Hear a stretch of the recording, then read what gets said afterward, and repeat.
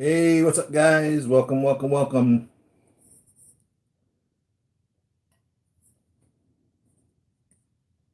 I was trying to figure out what's causing that haloing, and I think the conclusion is that this white table just totally reflects that. So what I've got to do, I'm going to continue using this setup, is redirect those lights through a type of either a soft filter or backwards facing onto a wall instead of them being so bright on me. I've turned them up to the ceiling to try to shut it down. Light is always the key on capturing any images. The magic of it is reflecting the light back to give a better image. So you have to have lights, but obviously too much light is washing everything out. It makes this ugly haloing. So anyhow, Noble, what's going on, man? Toy Mafia, how are you? Welcome, welcome to the channel. Good morning, good afternoon, good evening, wherever you are. Um, let's continue on where we were. So last week I had this grandiose idea that I was going to be able to go through 200 figures in a couple of hours, and after 2 hours we went through, I don't even know how many, Mark 1 through Mark 26, however many that ended up being, which isn't a lot considering. So I figured this time I would just start at Mark 27, continue on, and figure out how we're going with that. So without further ado, let's get on with the Mark 27.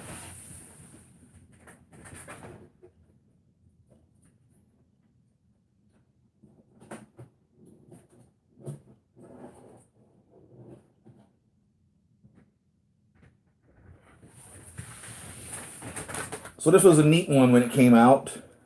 I guess, well, it's still neat, but it incorporates the Mark 7, as you can see here, in its chest area and in its thighs and in its pelvis.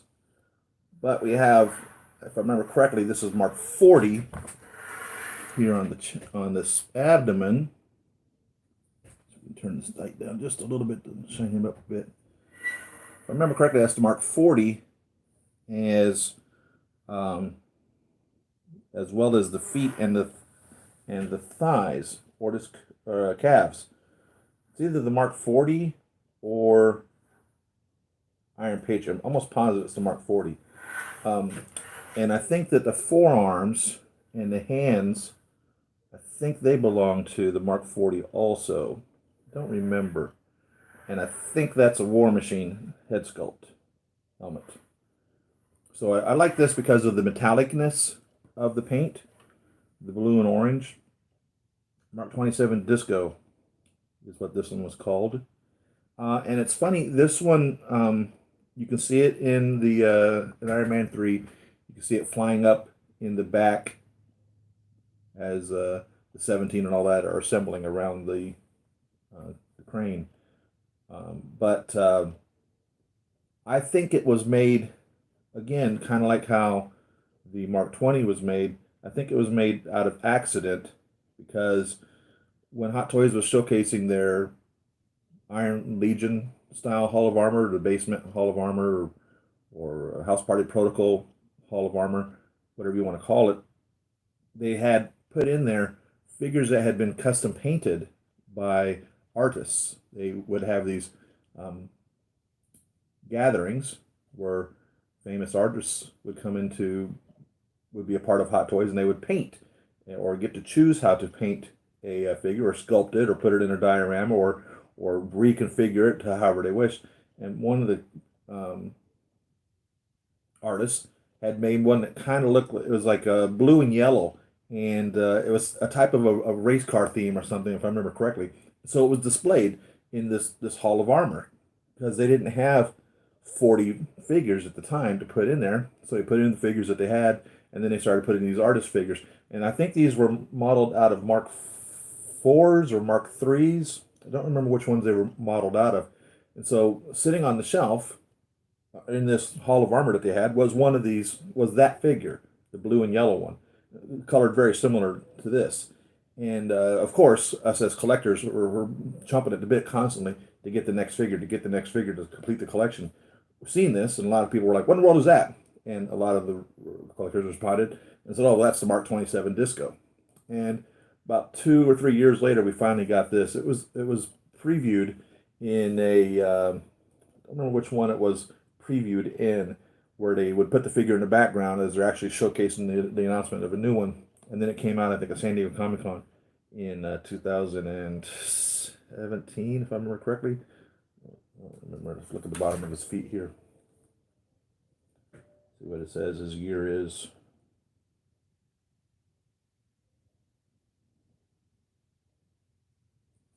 Glasses. Cannot read this. It either says 16 or 18.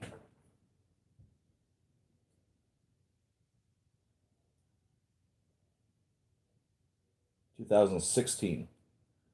So that's when this figure was made. And I think that's probably why it came out, only because there was such buzz about that other figure. Because I don't remember Tony wearing this. This wasn't one of the ones that we seen him in. And so it appears that the only ones that they were actually making were ones that he appeared in or something to that effect, where it played a major role. And this didn't do either, if I remember correctly from the movie. But I think that's probably why it was released. With the announcement of the new Captain Marvel from In-Game, which came out a couple of days ago, that announcement of that figure.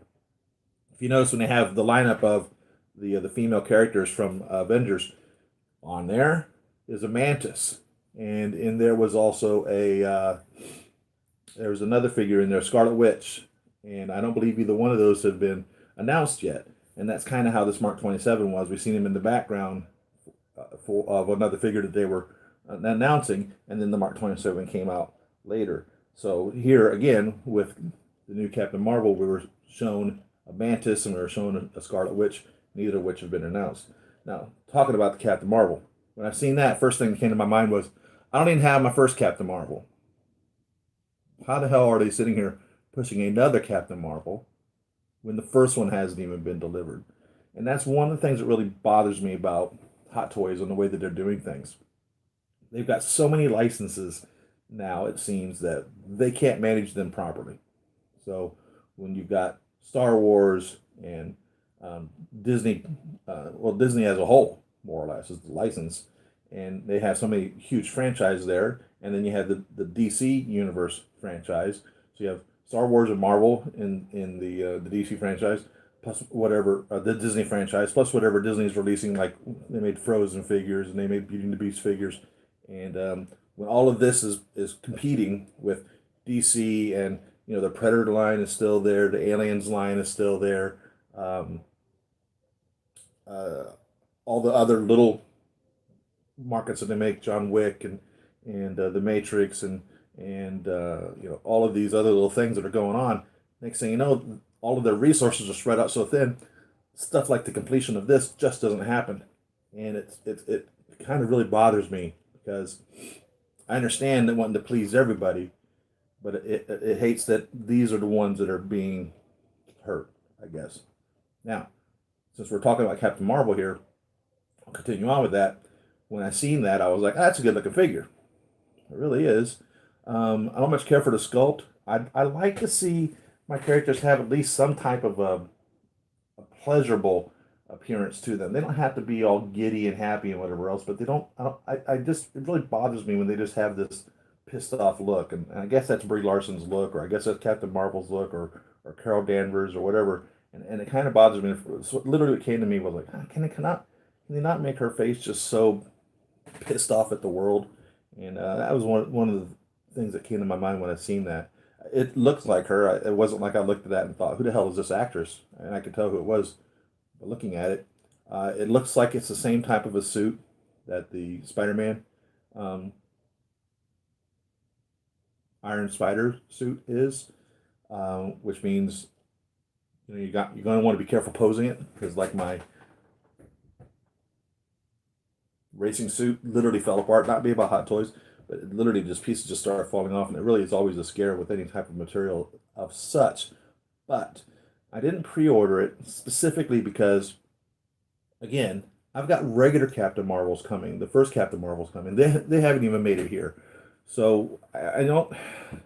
It's not like waiting for my Iron Man. You know I'm getting the Iron Man, no doubt about it, and the Spider Man, no doubt about that. I'm getting those guys. But Captain Marvel's character to me is like she's a filler, more or less, to me. It's funny because it's the same way I started off with Black Widow. I was like, Black Widow's a filler. I don't need every single Black Widow that has come out. Well, now since then, Black Widow has become a little more important to me, and I'm like, kind of now I got to chase down all the other figures. Same thing with Captain America. I was like, I don't need every single Captain America that comes out. If I have one representing Captain America, I'll be satisfied. And now that's not the case. Now I want every single Captain America. I want the original Captain America from in Marvel Cinematic Universe. I want them all. So you end up having to go backwards chasing on that, and that can be good or bad. The good sometimes is if a figure isn't very popular, the price on it will drop. You'll be able to get it as a saving.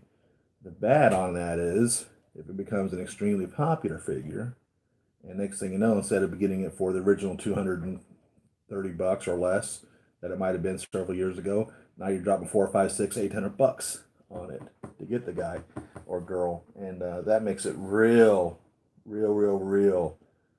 difficult. Let's go through some of these. Ralph, welcome. The Philippines. Wow, beautiful. Thank you for joining in the channel. Rick, what's up? How you doing? We're doing well. She's in great spirits. Thank you very much. She's in positive spirits throughout all of this. Um, I agree. The new Captain Marvel looks amazing, and I think what I'm going to do is just going to hold off on her as long as possible. I've got so many figures on pre-order. Something even funny. The Punisher War Machine is supposed to be coming out soon. I guess Nebula is supposed to be coming out soon. I don't remember. I think they've shown the Captain Marvel coming out soon. So all these I'm going to have to pay for. Because when I order them from Big Bad Toy Store, you don't pay for it when you place the order. You pay for it when they send you an email and say, "Okay, here's your figures. Write us a check, pay on the credit card or whatever."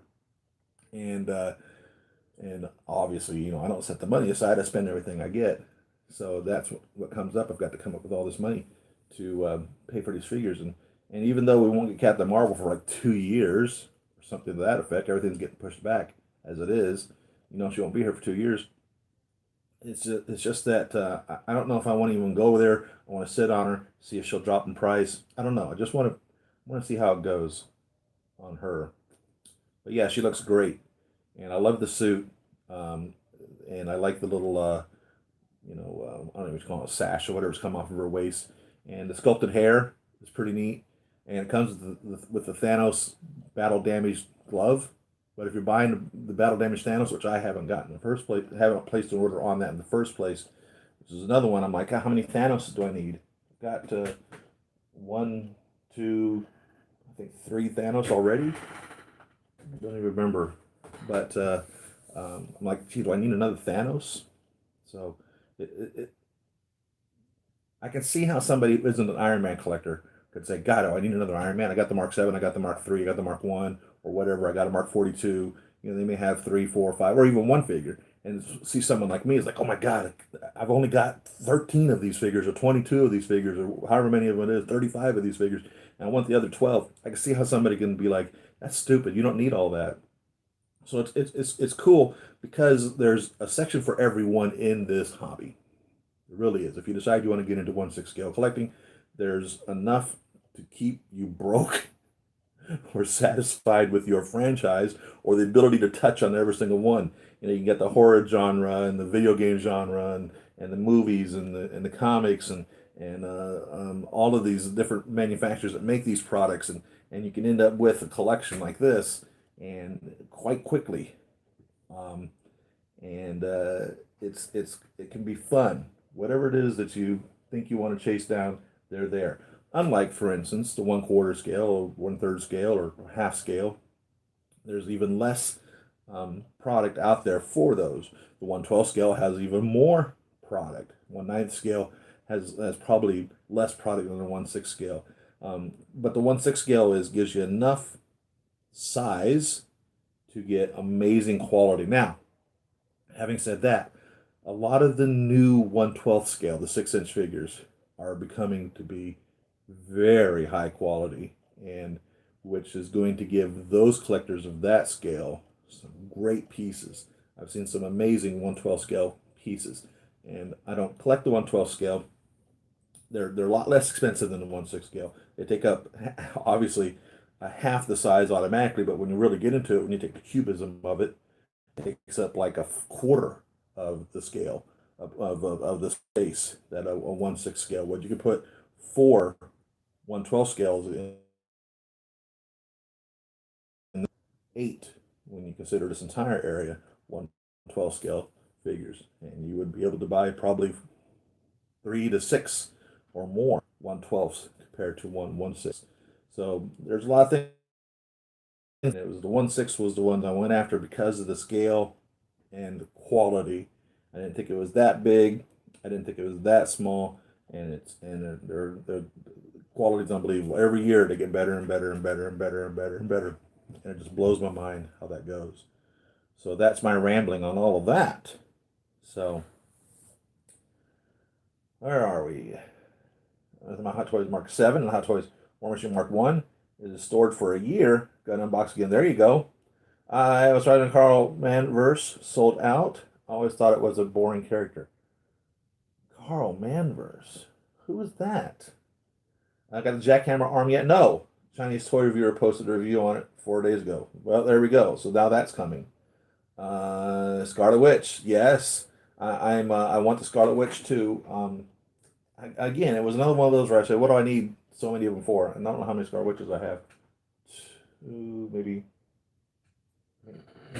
only two? Is that right? The New Avenger and Age of Ultron? I think that's all I have. Oh, but for instance, like Vision now, they only made just one Vision. And I would like to see at least an Avengers Infinity War Vision for fact.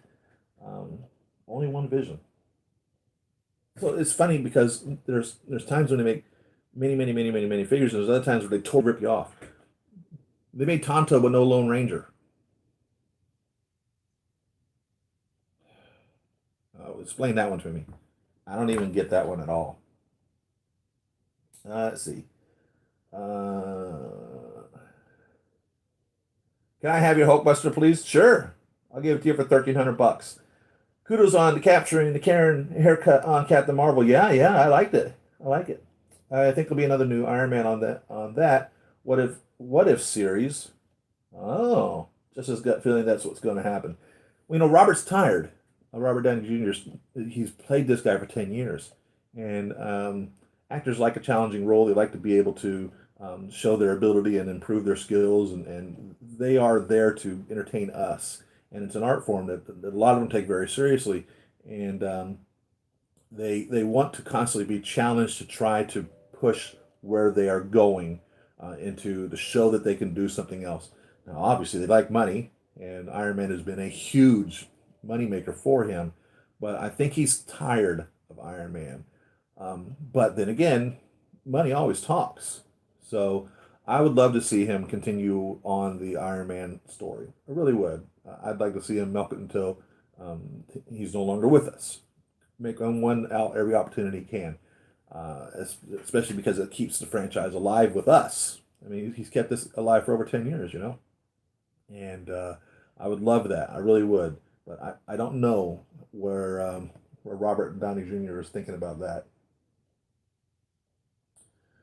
But I'm really hopeful with Black Widow that something's going to be revealed. I really am. I've talked about that on many occasions where I believe that we're going to get an answer to the 48-49 conundrum.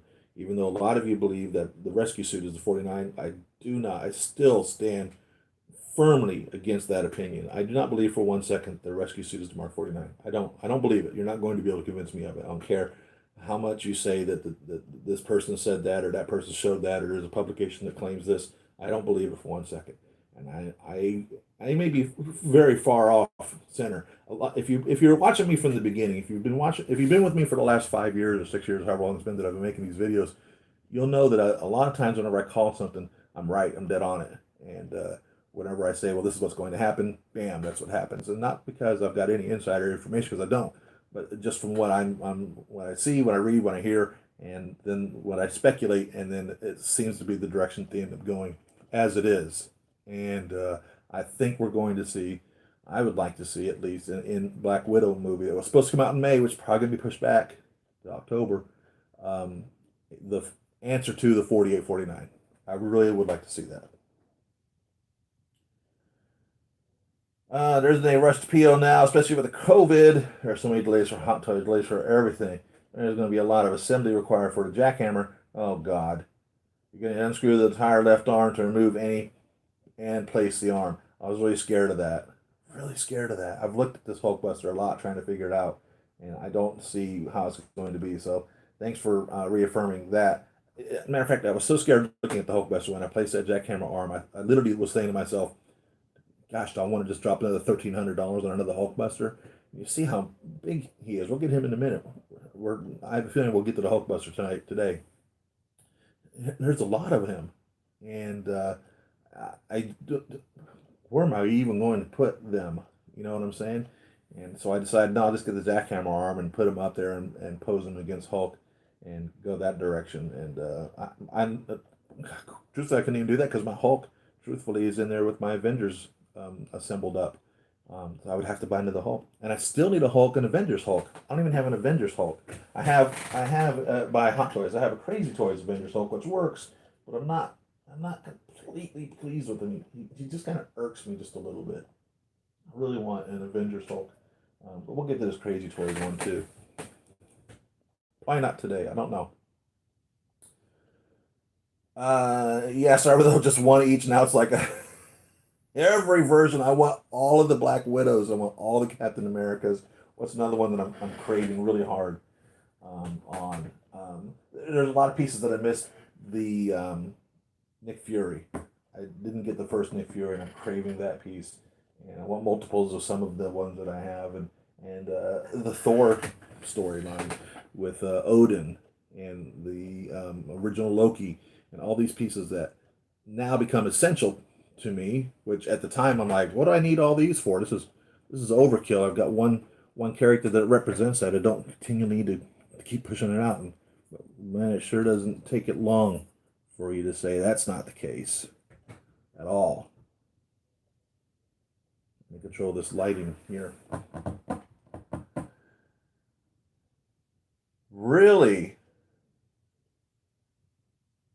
So I'm very unfortunate to hear that King Arts has quit making the one night scale Iron Man suits. I have a couple of one night scale King Arts.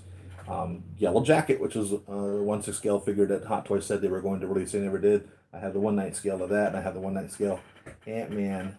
I didn't get any other one night scale Ant Man. I don't know if they even made anymore, but I buy those because they're multi scalable. These are characters that can change their size. Like the Hulk is another one that can change their size. It can be a larger one. So, for instance, I would gladly buy a I forget the name of the company. It starts with an N that makes the quarter scale Hulk. If they would make a Hot Toys style Hulk AOU or an Avengers Hulk, I would jump all over that because obviously he would be much bigger. And in the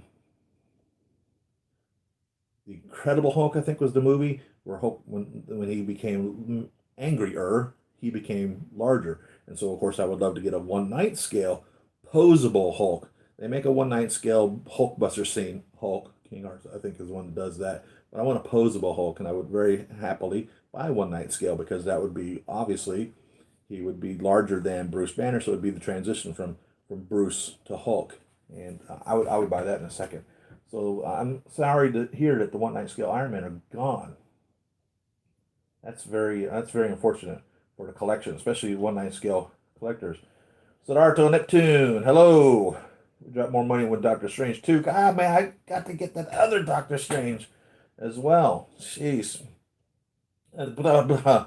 A new Doctor Strange? You mean Benedict Cumberbatch is not going to be doing Doctor Strange and Doctor Strange and the new Doctor Strange 2? That's going to totally suck. I really enjoy Benedict Cumberbatch's um, creation, if you will, of Doctor Strange. I really liked it a lot. Striking Cloud without making a wind figure for the Storm Riders, and I don't get that. I really don't. I don't understand 1 second why they don't finish it up. It just doesn't make any sense. Um, Top one Iron Man armor, it changes week to week. Changes week to week. Last week I really fell in love again with my Mark 21 Chrome. Oh my goodness. Um, what movie would it would more sense to have the Fantastic Four appear? Definitely wish for a Doctor Doom Hot Toys. Fantastic Four. I don't know what the deal is with the Fantastic Four. It almost has the same problem that the Justice League appears to be having. That it's just not getting any love. I don't know if it's not written properly, if it's not. Fantastic Four has been rebooted how many times now? 3 times? Is that right? And each time you get excited for the characters and the actors that are making it, and then all of a sudden it just falls apart. And I don't know if there's a curse on the Fantastic Four or what the deal is. It's a crying shame. Um, you know, um, some of the original comics that Spider-Man was in, he interacted with the Fantastic Four. So maybe it would be a crossover with the Spider-Man universe. I don't know who owns Fantastic Four in that regard. Is it a Fox merchandise product? Well, that would be a Disney merchandise product then, right? Who has that? Is it Sony?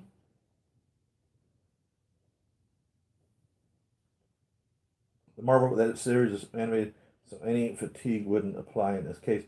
Each Mark 45 is my favorite suit. Happy Saturday too. Well, once it's Doctor Who. Well, there you go. Well, how many Doctor Who's are there? Um, 12 or more? Are they going to make all of those? Of course, I don't think those are Hot Toys that's making those. Somebody else is making them, right? November. Yeah, and that makes total sense.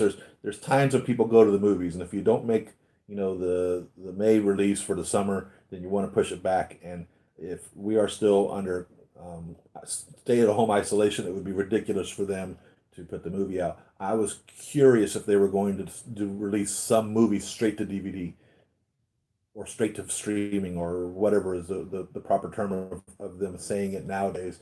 Um, because of the fact when they've invested millions of dollars into a movie, how long can you sit on it till you have to get your money back? And a lot of times it's straight to home or straight to DVD or straight to streaming or whatever they're calling it now. It happens if they just don't feel that they're going to be able to fill a theater.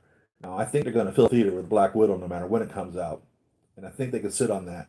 But I'm curious if movies that were slated for May, June, and July this year, not necessarily the Marvel guys, are just going to go straight to DVD, more so than they would have in the first place. So it's going to be really interesting to see. I spend the monthly, I don't know what it is, $9 or whatever for the Cinemark Club, and so that I go see a movie for free every month. You're paying for it, but for free every month, and they're still taking the money for that, even though the theaters are closed. You can't even get into the movies right now. So I guess I'm racking up movie credits in that case. So even the theaters are even closed. You can't even get in there to see a movie.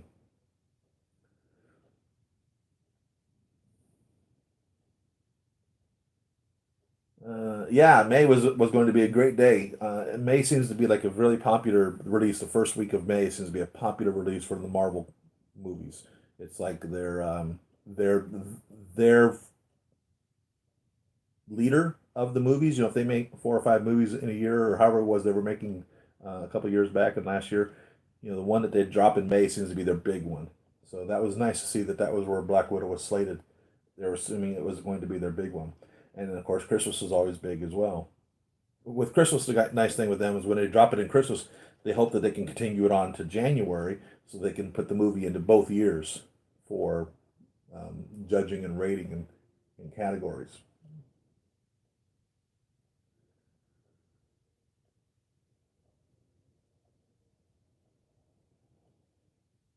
Hulk was an Avengers. Yes, could use that one for your Avengers display. Just kidding. I ordered the Professor Hulk. I cannot wait to get that. Um, oh, really? People are selling a lot of the figures on eBay. I'm sorry to hear that people are having to liquidate their collections. I had to sell a few back last year to pay medical bills and bills that have come up. And I'm sorry to hear that. But it's great for collectors that are chasing figures down because now you can get a figure that you've been looking for at a really good price. Um, Any more bearded falcon? Yeah, yeah, I'm lucky to have my employee in position as well.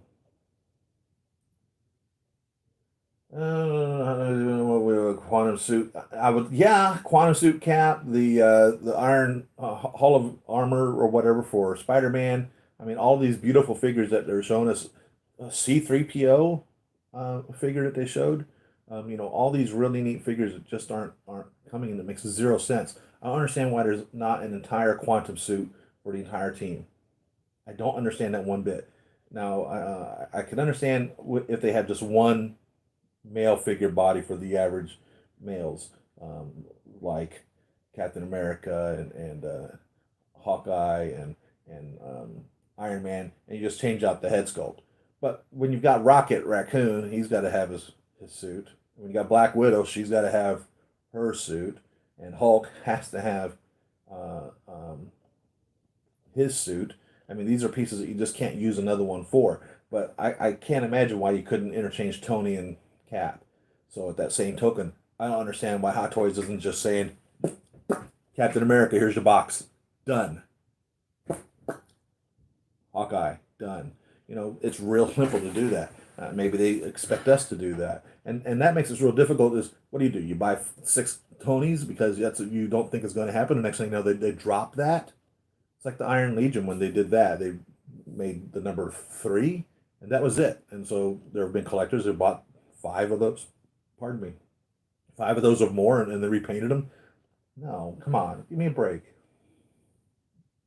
Oh, good. Benedict is still in there. Hot Toys makes new versions. Oh, gotcha.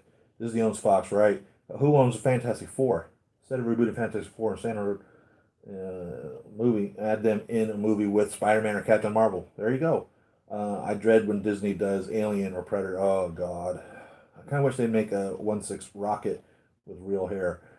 The collectors are back and forth on that. Like Chewbacca, there's collectors that just talk absolute nonsense about Chewbacca, or some of the female characters, the hair just goes absolutely insane, and so they prefer a sculpted head. And I enjoy both. So there's a time when it works perfectly well for it to be the sculpted hair. There's other time where I'm very happy that they gave us the rooted hair. All right, Stark and Rogers have different heights, so using the same body wouldn't make sense. That makes sense. I can't argue that. I guess I was just saying, if push comes to shove, or if whatever else, you know, go from there. I guess I never really stood the two side by side. Um, I just assumed both of them were supposed to be 6 feet tall. But no, I understand exactly what you're talking about. So let's put 27 back and move on to the next one.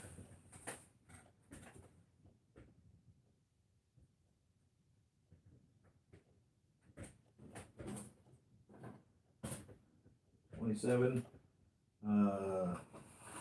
28, no. 29, no. 30. Got that, got an old song stuck in my head right now. The Beatles, or actually John Lennon. I guess it'd be the Beatles. Singing, because. Because I'm terrible singing. Because the sky.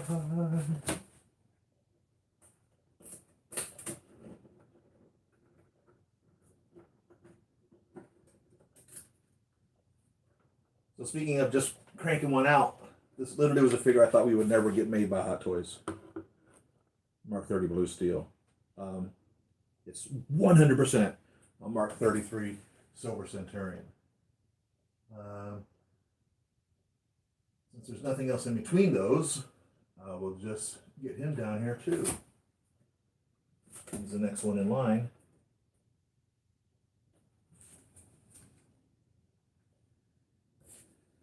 The only difference between these two was the 33 came with the head sculpt and battle damage pieces, and the 30 Blue Steel did not.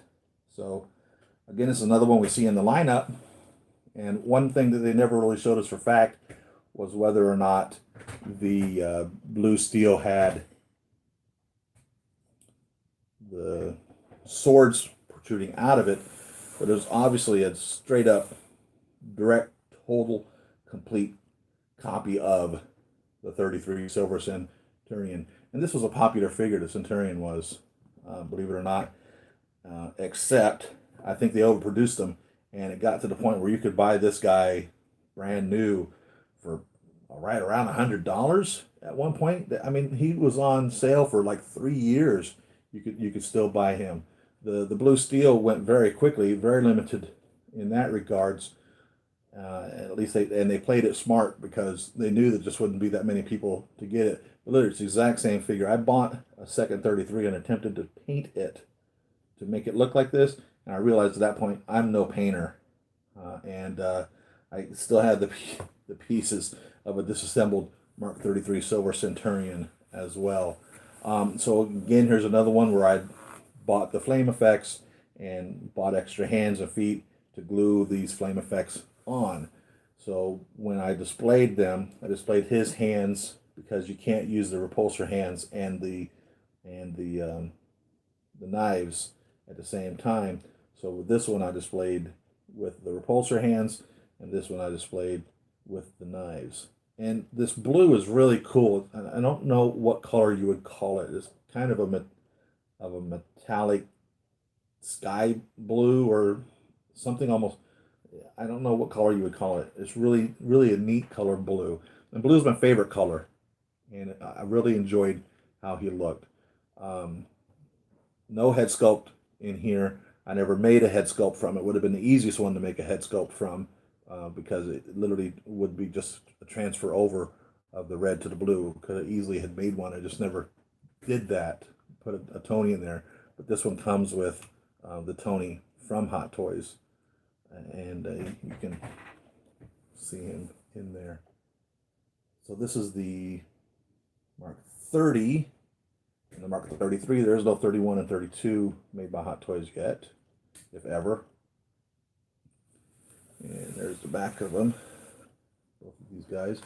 The 30 was another one that you just never really knew what the whole paint scheme on it was going to be. And different companies made different versions of that total blue and silver lineup of how the blue and silver was applied. And so you'll see different areas are blue and silver on different companies' release of the blue steel.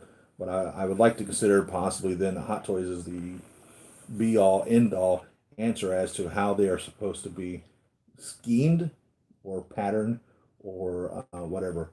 But I really enjoy the blue and silver of the blue steel, and the red and silver is just unique. The Silver Centurion. Any color that's not necessarily red and gold is unique.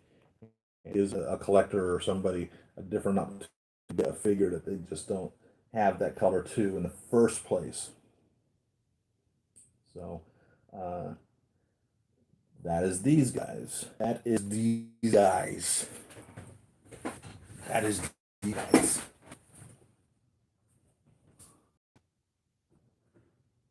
Now the next one, I don't know if I'm going to be able to get him down. He's all the way in the corner over there. Mark 35, Red Snapper.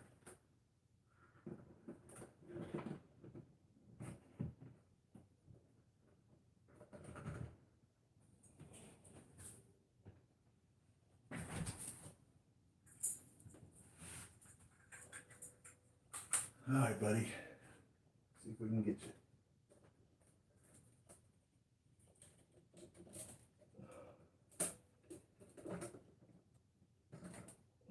All right.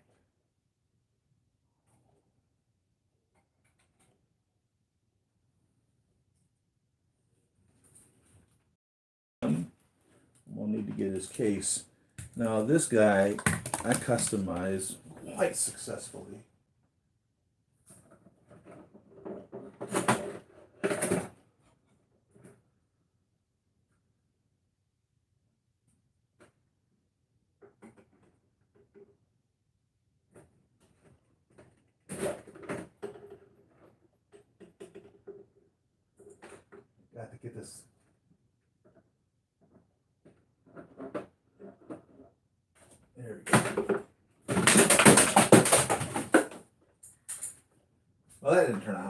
wanted to. I almost dropped Spider-Man as well. Get that in a minute.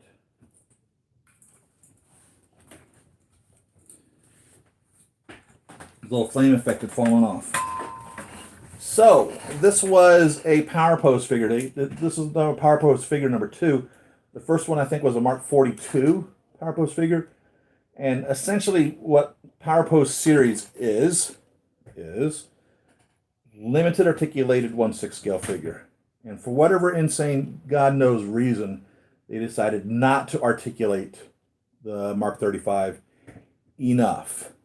And I'll show you with his brother, the Mark 36, Peacemaker.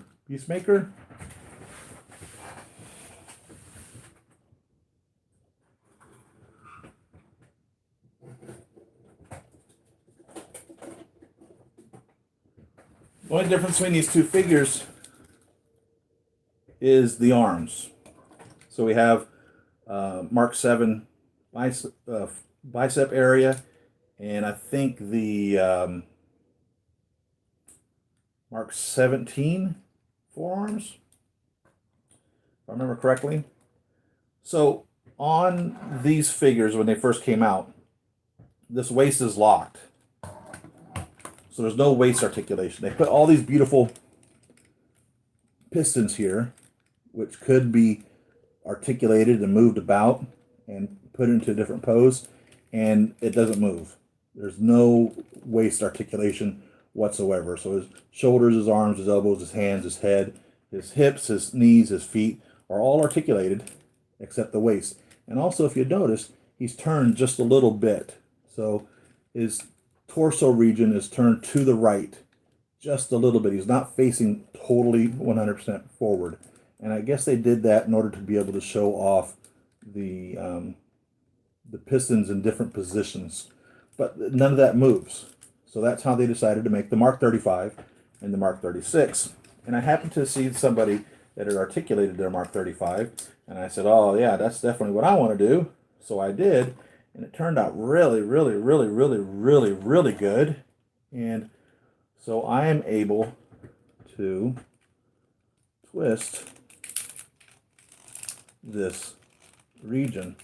If you'll notice, the pistons enable articulation here. Each one of these pistons I've replaced, right? So every one of these here have been replaced with a functioning, movable, articulated piston. So I can actually turn him to be straight. I haven't gotten a full-on articulation. It would be impossible to do, but he can be moved from this position, which is how he came, to a straight-on position. The second thing that I did was articulated these as well. These weren't articulated. They literally were just fixed into a position, and that was it. So I removed this entire plastic piston region, and I didn't replace these on the claws, but this here is an entirely new piston region, and it works. You can slide it all the way up to there. So there you can see the two of them. And I never understood why Hot Toys didn't do that. I don't know for 1 second why they didn't do that. And the hands can be swapped out with different pieces. You could actually pull this out if you wanted to, and I've seen collectors that have removed these and just had the hands on there.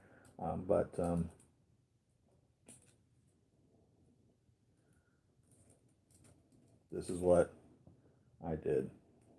So, very pleased with this. I've been contacted by collectors asking me to sell this figure, and I guess they expect me to sell it for $250. They're out of their frickin' gourd. There's probably $100 just in pieces here, maybe $150 just in these metal extension pipes, let alone the customization work. And so when I tell them, I'm going to need several $100s for it, nobody wants to go from there. It really bothers me when somebody tries to downplay a customization work that somebody has done into something. Like your art means nothing. All right, well then why are you chasing it down? If there's no value to it, then obviously you have no need for it. If you can't recognize the value to it, why do you want it in the first place? So no, I don't think I could ever sell this piece. But this is my red snapper. And as you see, one of the little flames came off. It hit the floor just now. It just fell off. I don't remember buying the an extra foot for this. I think I just literally glued this on with hot glue or something. That's why it fell off instead of permanently gluing it on. But I don't think I bought an extra foot when I did these guys. And I was going to put a head sculpt in here, so I have the 36 that I started it out on. It's this one, and I think it is the Mark 22, I think, are the two that I stopped building on. I just have them in pieces and didn't finish making the head sculpts on them. But this is the Mark 35 red snapper, and the Mark 36. Mark 34, if I remember correctly, is called Fiddler, and he's like a half continuation on with the one of these arms or something. I don't remember what all the numbers are anymore. I've lost track of those over the years, but I'd be quickly reminded if I ever just to pull it up on my computer and look at my files and that. I'm going to leave Snapper out for a little bit because I'm going to put him back. It's going to be some effort getting him back up there. 36, 37, no, 34 is called Southpaw, right? 37 is the Fiddler, right? I can't even remember anymore. 34, 35, 36, 37, 38. No, 37 is. Which one's the undersea one? 37 or 38? 37, right? I don't remember. So where are we at? 39.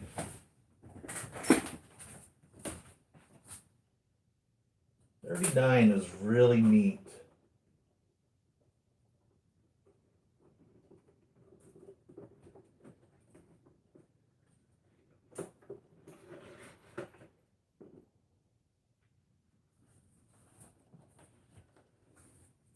Got a little Mark 20 here, lying behind him.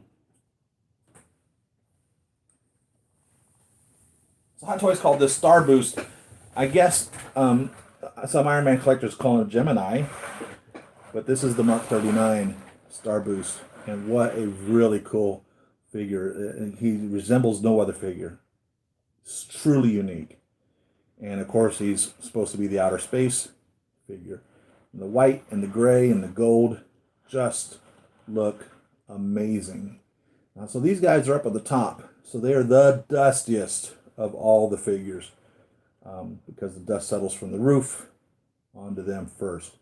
And I really need to get enclosed cases for them. And again, I've added the flame effect to these guys, and I bought for him the extra hands and extra feet. He came with two face masks. You had if I remember correctly, one where you could see the eyes and one where you could not see the eyes. And so I have him displayed here without the eyes. And he's really neat with the jet pack on the back for space travel, and it's just a really cool looking figure. The all white figure, you just don't see that in the Iron Man line. Mark 7 Sub-Zero is white, or white chocolate, but this came out before that, if I remember correctly, and you just don't see this. It just looks really cool. Of course, being an astronaut, that's the color that they make the astronaut suits. I assume for reflecting the sun's heat, white would be the reflecting one instead of black, which would be the absorbing suit color. So I really like this Mark 39 Star Boost. It's really, really a cool figure. Really cool. So the next one after that is Mark 40 Shotgun.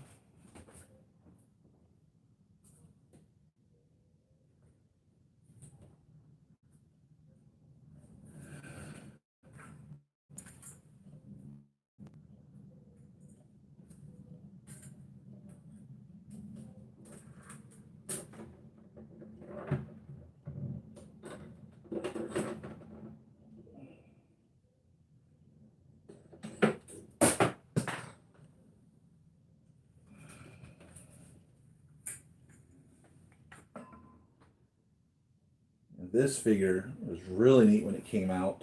It's the only one that they did this with, but the head sculpt, when you have the faceplate down, lights up. You can lift it up. See Tony inside of there? Or you can put it down and it lights up. They've done that every now and again where they'll make a very unique feature in a figure and they don't continue it on with the others.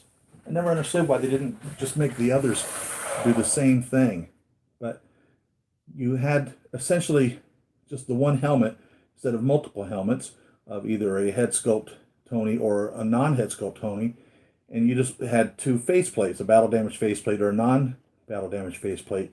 And on both of these faceplates, you know, if you were to put the batteries in it, if you decided to turn it on, all you would have to do was just put the faceplate on and bam, the lights would come on, which is really cool.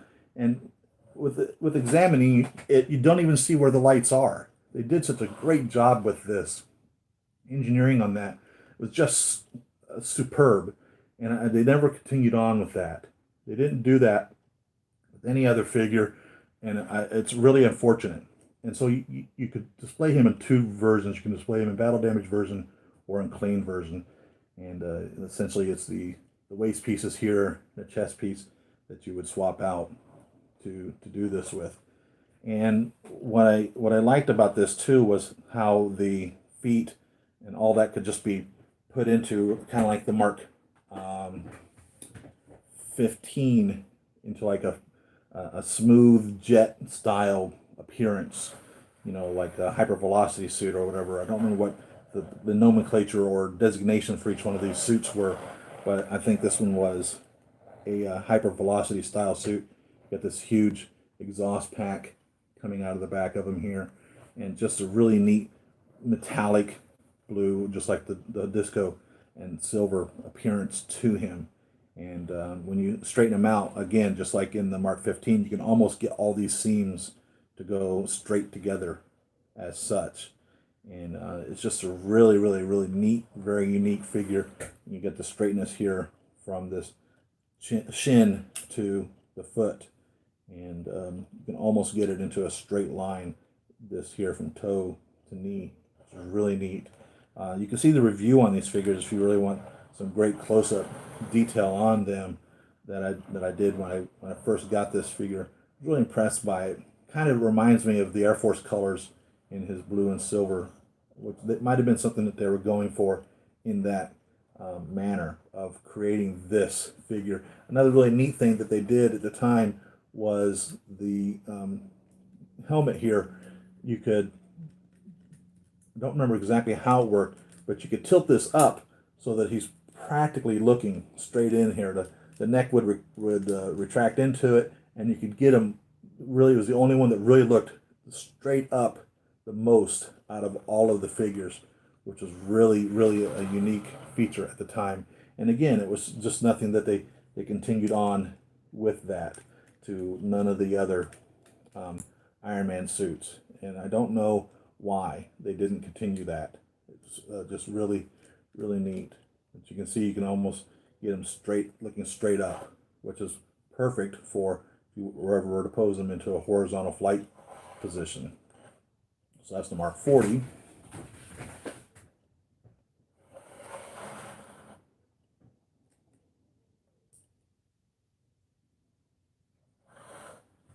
Next one is 41 Bones.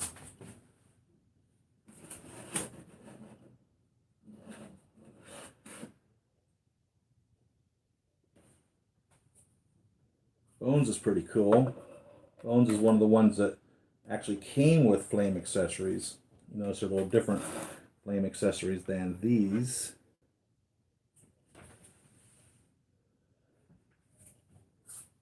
Really need to buy her cases or something. I tell myself I should just go buy some glass and make my own IKEA style cases. How hard could it possibly be? I said that a lot of times, and then it way over my head. So they made two versions of this figure.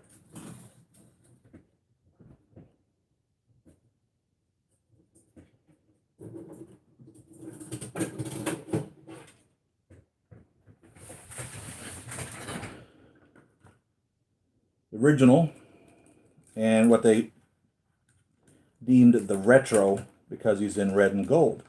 And there's just collectors out there that just have no interest whatsoever in anything that's not a red and gold Iron Man.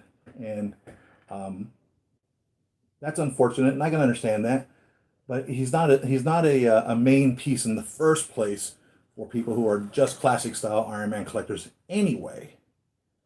So this was the prehensile prototype suit, was the purpose of it, supposedly. It was supposedly the first one that could actually fly to him individually, whereas the Mark 7 had to fly to him in a pod, more or less, and the other suits could wrap around him. This one actually could fly separately in pieces. So it was the prototype to the Mark 42. I've seen a lot of collectors use this armor for their inner visualization or showcasing of a suit busted apart. And it's really clever to do that. And I really like that. You can see all the little pieces to it.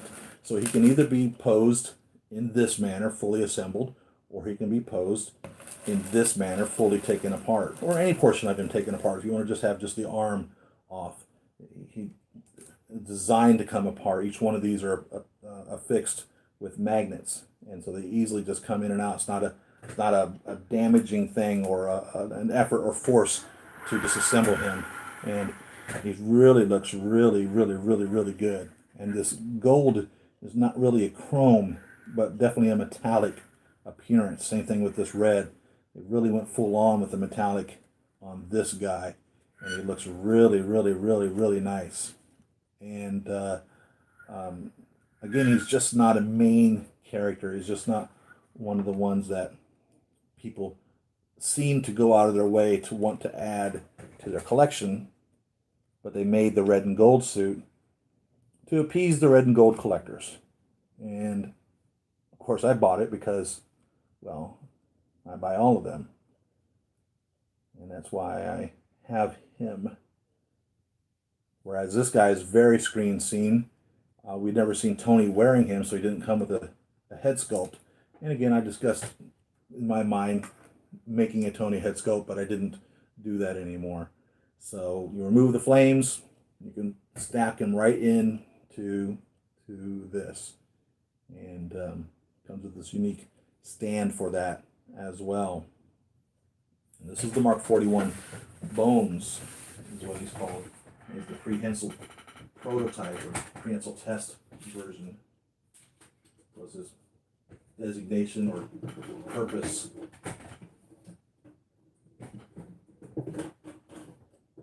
The first one that Tony named is the Mark 5, by the way, in case you were curious what the first one he named. He is heard calling the Mark 5 the football.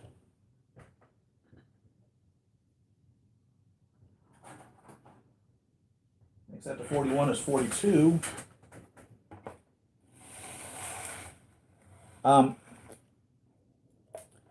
Well, I tell you, they re-released this one, and I decided not to get it, and I wished I had.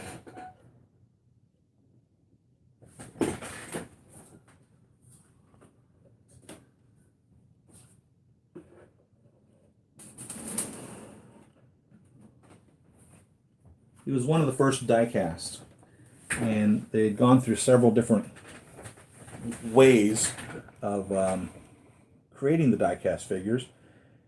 And this one has a really difficult button on his butt to get him to move his hips, to break his hips apart. And he's also very loose in that area as well. So it's the nature of the beast is this loose hip. And it happens to them. They re-released this, I'm pretty sure, in conjunction with the opening of Shanghai Disney, and the new one has the Mark 43 button in the back.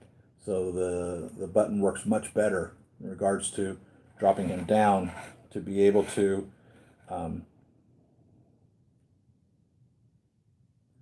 disjoint his hip to put him into different poses, specifically the superhero landing pose. This one, Hot Toys showed us being able to put him into the superhero landing, and you really can't. Not the way that they showed in the pictures. The pictures have been photoshopped and disassembled. The joints have been pulled apart in order to get him into that superhero pose. You really can't get him into the full-on superhero pose that they show in the prototype pictures, but you can get real close to it, which is, I think, was what they were going for. Another thing that I did here, if you notice, there's nothing in there. I made an empty helmet for this. And so this, I have, when you bought this 42, he came with enough pieces either to display him in clean, brand new looking condition, or you could put him into battle damaged position. And another reason why I wish I'd had more than one, or I'd bought at least the second release of it to be able to display him in battle damage mode. But I wanted to display him in the Hall of Armor ascending through the garage down into the cellar, the wine cellar, where the rest of the suits are posed. So he sits in front of the Iron Legion here without a Tony in it, with an empty helmet. Now, at the time, the only other time that Hot Toys had even done this was with the Mark II Armor Unleashed, which had the open, empty helmet look to it. Since then, the Mark 47 as well has come with that because of the classic scene in Spider-Man where Iron Man more or less rescues Spider-Man from the lake, whatever he's in, and Peter proceeds to thank Tony for coming out there to rescue him, and he pops up the helmet and goes, "Nope, nobody's home," because he was off in India, I think, someplace on the other side of the world, which comes down to my opinion on the 48/49 answer given to us with Black Widow. I think that's the time frame that Black Widow is taking place, the same time frame of that scene of Tony rescuing Peter from the lake. I think that's what's going on. I think that's what is happening, in my opinion. So this is the Mark 42.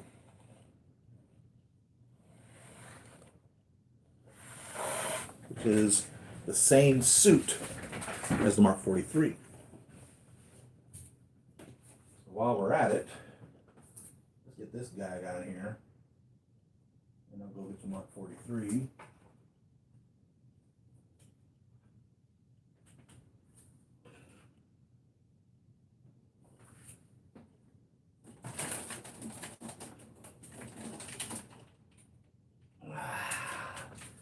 This heavy monster. Jeez. Oh, I skipped a piece. 38. Is that you there? Let's get Igor over here. How can I forget Igor?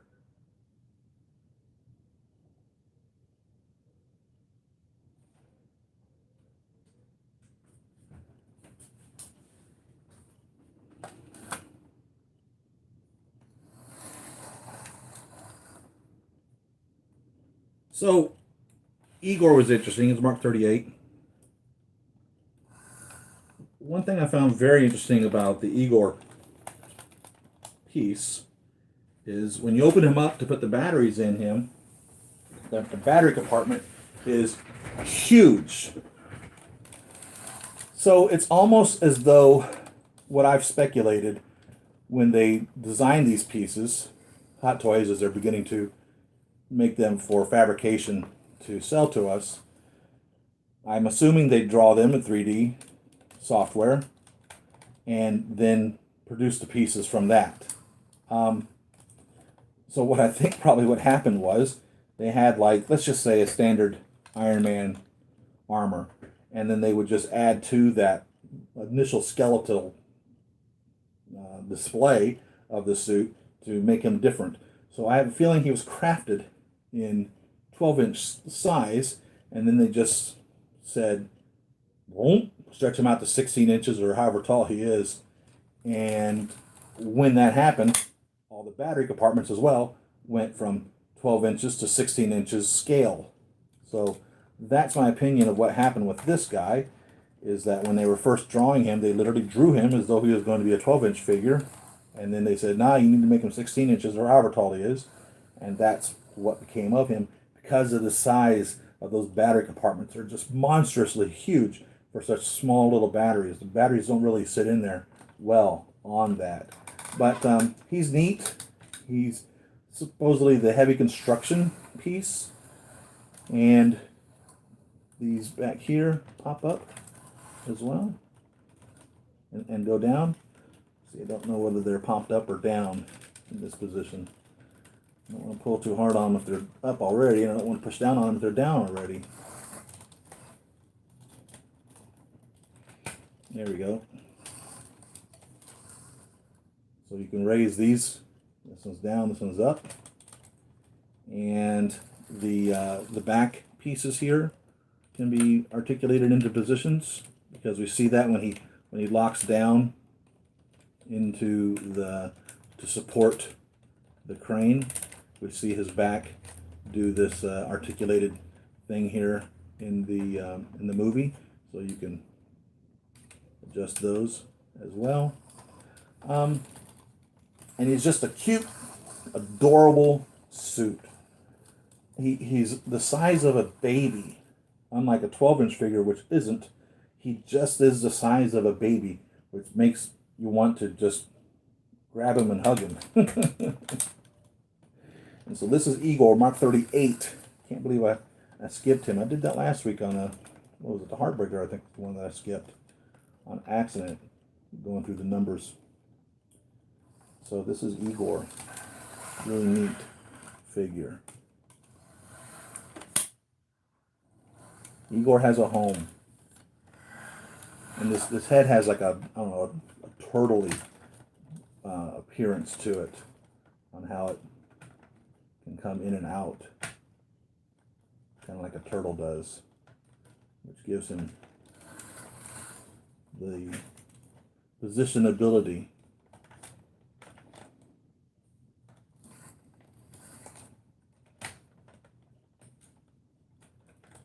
It's really neat.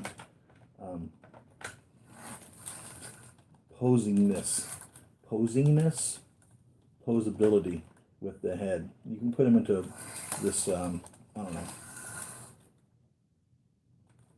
quizzical appearance. So I like Igor. He's cute. He's a cute figure. He's heavy. He's not die cast. Let's get the 43.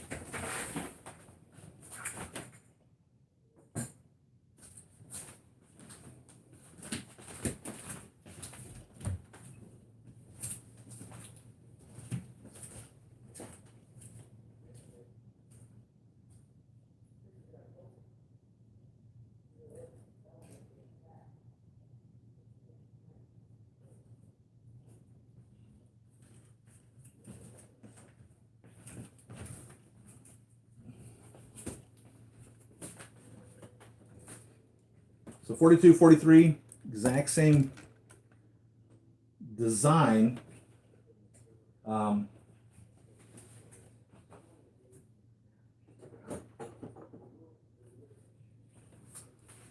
But different fabrications from Hot Toys.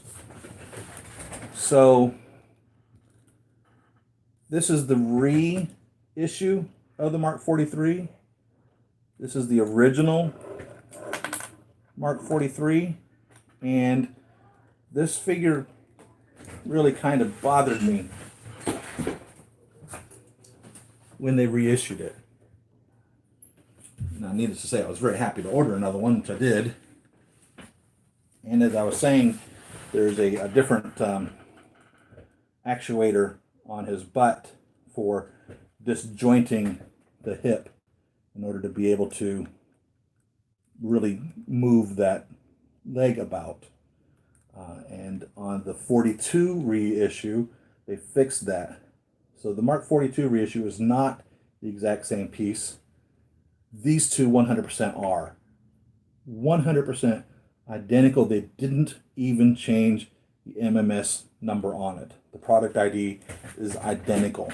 So you wouldn't be able to tell whether you were buying an original release or the new release, except I think, I'm going to check it right now, copyright on his foot.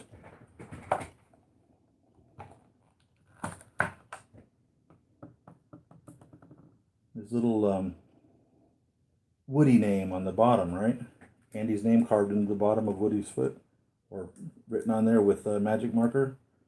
So this says 2015, the original release, and this reissue, same MMS number. Let's see if he says 2015 or not. 2019. So there you have it. The only way of determining whether you have an original Mark 43 or a reissue Mark 43 is the copyright on the bottom of his foot. And the feet are interchangeable. So somebody could put his feet on that one and vice versa. But they're identical. They're 100% identical. There's no difference in them whatsoever. So I guess the only reason somebody would want to be trying to show him being the newer version would be in case he just got so worn out, the joints or whatever became so worn out that they wanted to try to make you think that you were buying a newer one, which hasn't had so many miles on it, if you were to put it into that type of a thought category. But the Mark 43 was reissued to go along with the Mark 44, because the Mark 43 is the suit that goes in the Mark 44 Hulkbuster. And when, of course, the Mark 44 Hulkbuster came out, originally, when they first showed it to us as what they were making and you could pre-order it, there was nothing went in it. You had a bust or a head sculpt, I don't remember which it was the only thing that they showed would go in it. And through the years of delay and redesigning and making him better and such, they eventually created it so that you can put an entire Mark 43 or 42 or virtually any figure that'll fit inside of it. You can put the entire suit inside of him now. And that is why they reissued this Mark 43, because he's a companion piece for the Hulkbuster. So let's get to this Hulkbuster here, because he's the one that everybody loves. Everybody loves the Hulkbuster. He's just a beast. Absolute huge figure. Oh, my goodness. And he's heavy, and he's not die cast. I think there might be a couple of pieces of his skeletal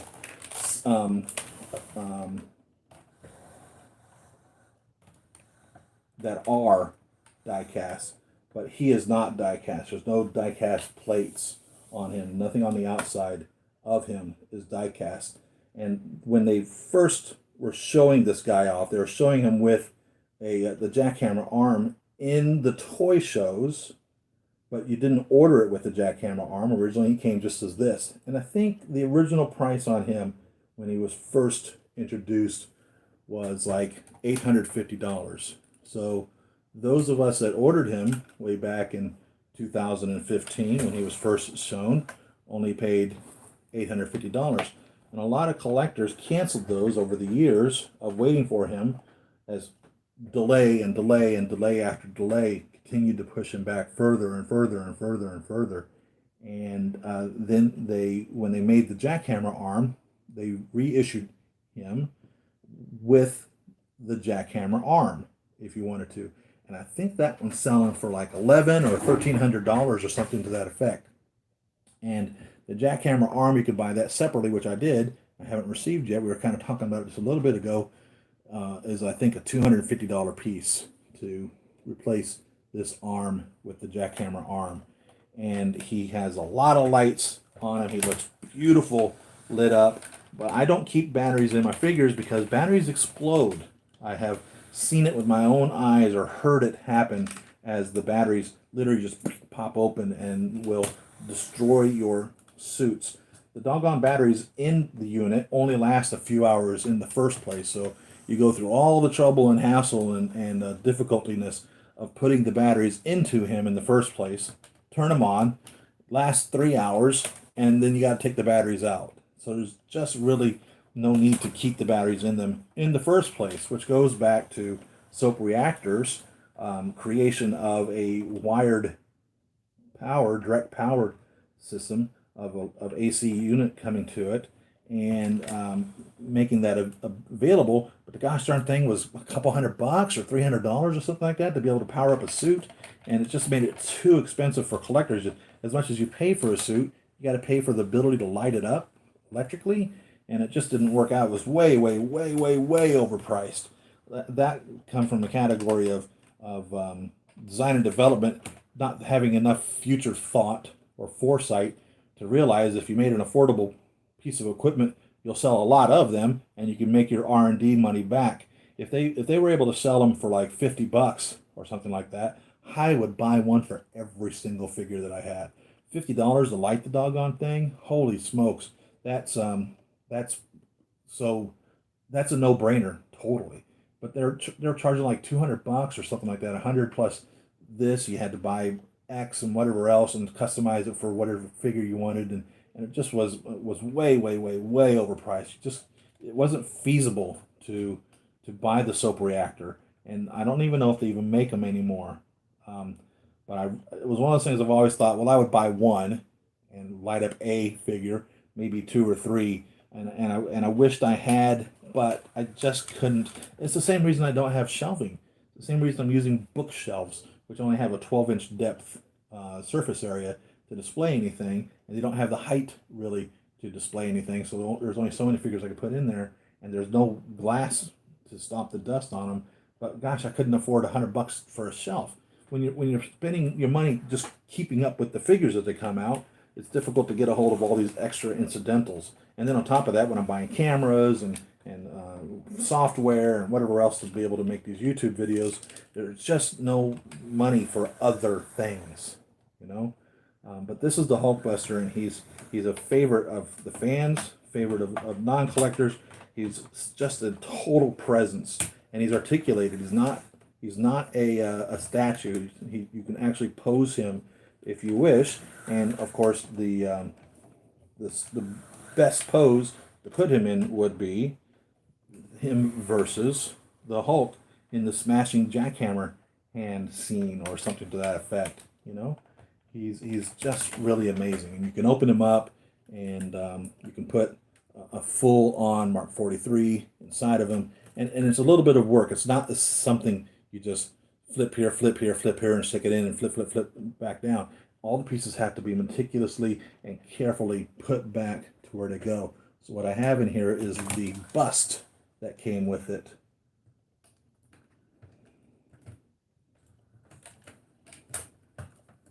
I'm going to regret doing this. I'm not going to be able to get it back.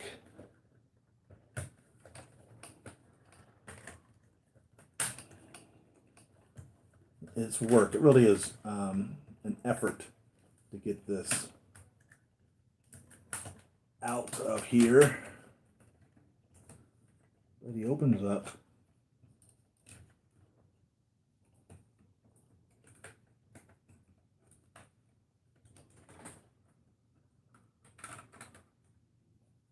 And that's the bust that came with him.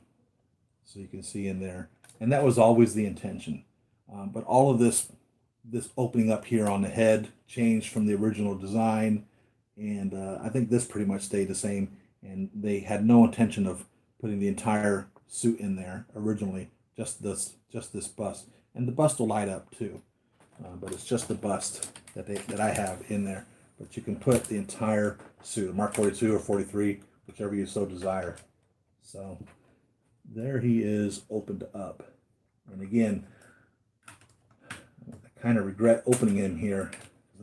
It's going to be difficult to get him to pop back in perfectly the way he's supposed to be.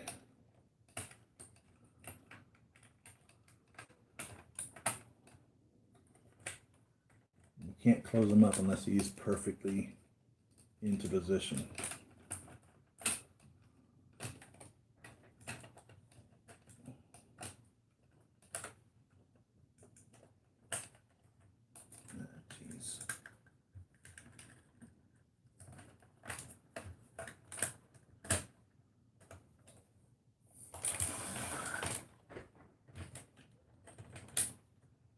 He has a battle damaged chest piece you can put on here too.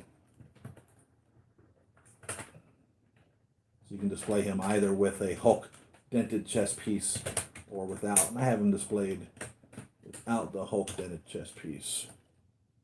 There we go. That wasn't so bad, I guess. Getting him back down there. And so you can twist his head. And that's about it for the position of his helmet. This is on the way. There we go. So you can twist his head a bit, and there's not much up and down to him. So he's limited there, but you can just totally pop him clean open and show him Tony either standing in there or the bust in there, or however you want to do it. You can just shove your figure straight in there and display him as such. So this is the Hulk Buster, Mark 44. The beast. He's just a monster, but he looks amazing if you were to ever light him up. All the little lights on him, and again, the whole back here you'll never even see unless you're to have him like on a rotating display, a turntable. But the lights here, all the lights back here, he's marvelous, and the feet are articulated as well. The little heel pieces and the toe, and you know, he's articulated. He is a figure, an action figure. You can put him into different poses. The hands have the go to sleep section where he sprays the little gas. So I have this side open and this side closed in regards to the go to sleep gas portion. Go to sleep, go to sleep, go to sleep. Ah, he's heavy.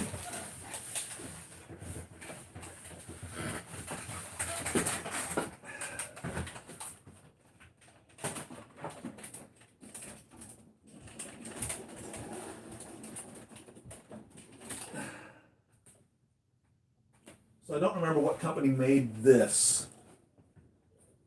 It's not 1/6 scale. If you were to make it 1/6 scale, it would be huge.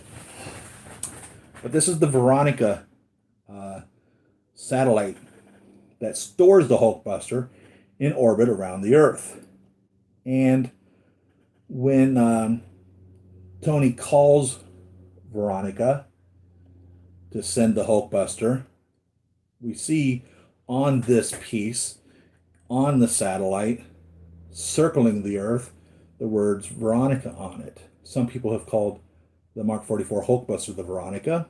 I disagree. I believe this is Veronica and the AI intelligence of it, because I think he even says, Veronica, send me an arm. I might be wrong. I don't think he says, Jarvis, send me an arm. I think he says, Veronica, send me an arm. Or can you give me a hand? I think is what he says. And I think he calls it Veronica at that point. I might be wrong there, but this is the Veronica. And if this, again, were 1/6 scale, I'm under the impression that each one of these pieces will hold an entire Hulkbuster through all the different assemblies. Maybe there's 2 of them that hold an entire Hulkbuster, and the other pieces would be the accessories, as in the jackhammer arm and whatever else that was fabricated for him. Now, the reason they called it Veronica supposedly was because Bruce Banner's love interest was Betty, and in the Archie comics, Betty and Veronica were the opposites of each other, more or less. So this was the anti-Betty, the one who didn't necessarily love Bruce, the Veronica. PC Toys, I think, is who made this. And as you can see, you can display it open or close, and they had these different configurations you can put it into, which weren't displayed in the movie. The movie just showed it hovering over the city, wherever they were. I don't remember.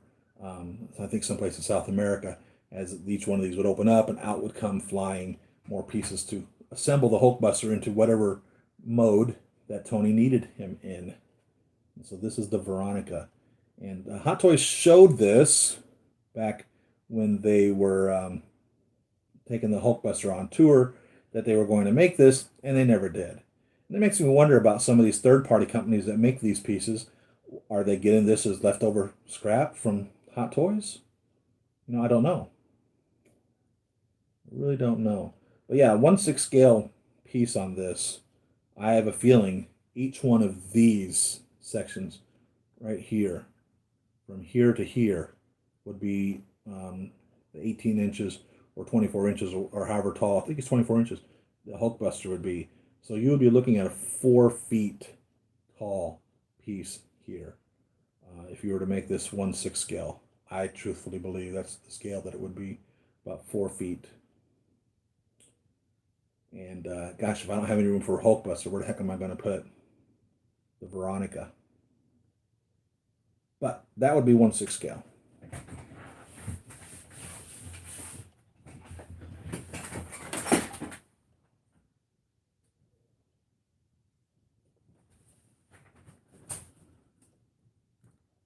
So from 44, we go to 45.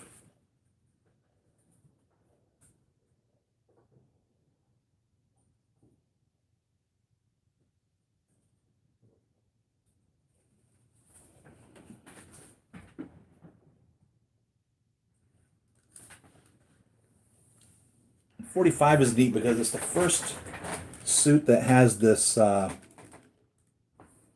organic feeling or appearance to it. I forget the term that they use in the comics for this style suit. Was it extremis? I don't remember. But that's where this started becoming. Instead of him being, as robotic appearance or mechanical appearance, jagged, edged, and artificially designed as these were, he's starting to have the fluid and muscular style and design with this suit, which continues on through that because eventually, as you remember, the suits just through nanotechnology just grow on him. So this is the Mark 45. And also, if I remember correctly, this suit, the helmet would retract in. So that's why I've displayed him with his face, his head on there without the helmet. Because if I remember correctly, this is the first one that the whole helmet would just retract into the suit.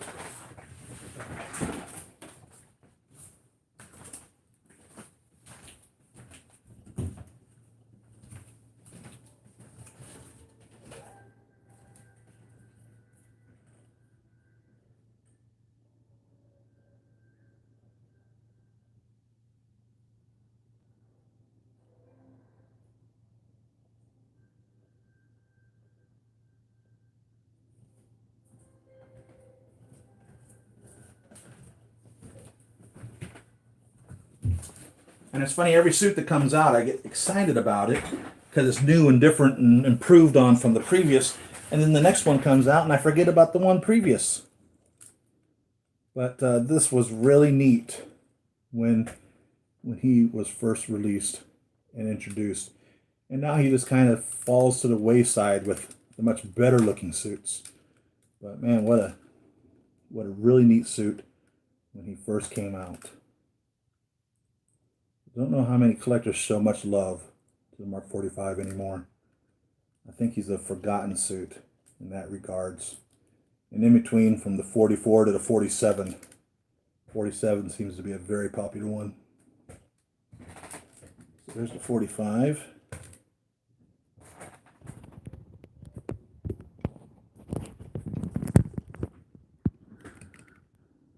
See if I can angle this down a bit.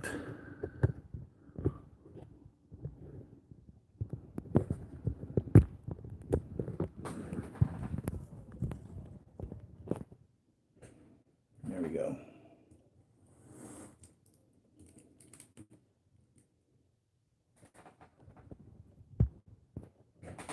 And of course, after that, the 46.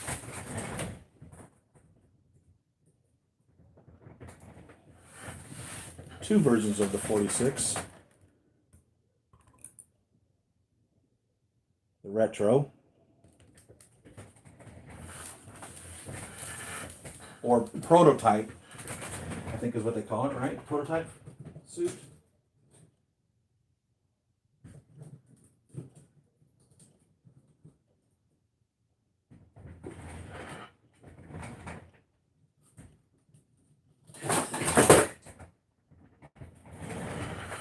The Ryan, God forgive me for saying his name incorrectly. Mendinger. God, I'm so terrible with his name. Forgive me. So this was the design that they had drawn up for the 46, and this is how the 46 went to production or screen scene. Now, there have been collectors who've called this a repaint. It is not. There actually is pieces on this which are different than the 46. In the photographs, if I remember correctly, in the prototype showing of it, when you could order the figure from Hot Toys, if I remember correctly, there was like 3 or 4 areas that were different. After it actually came into production, there ended up only being 1. And if I remember correctly, that one piece is right here on the thigh. And what you have, if you look at his thigh,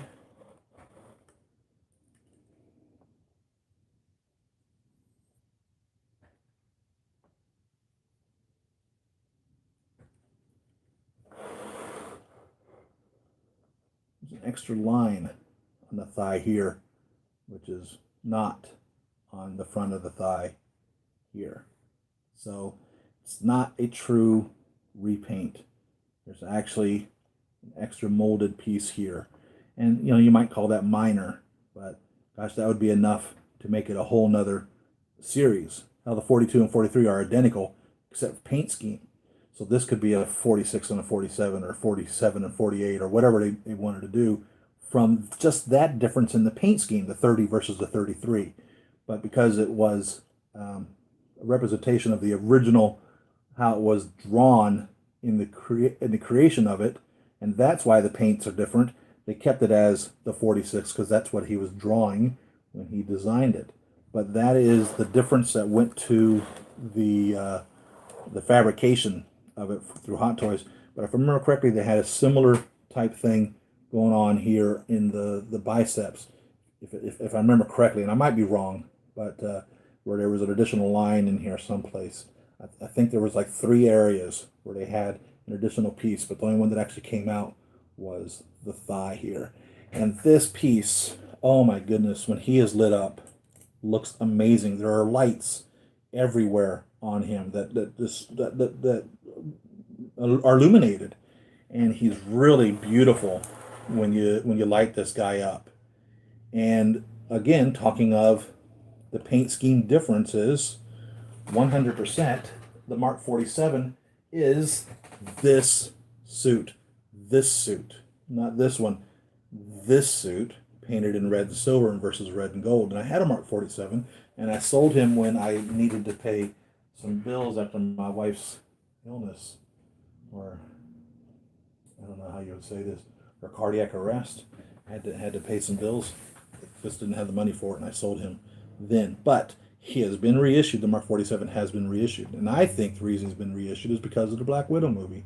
There are collectors out there that truthfully believe that Hot Toys reissued it because people were selling the figure for $800, and I refuse to believe for 1 second that Hot Toys is reissued it because of people selling their Mark 47 for $800. That makes 0 sense to me, I'm sorry to say, and I stand on that because of the Mark III gunmetal, which sells for $2,000.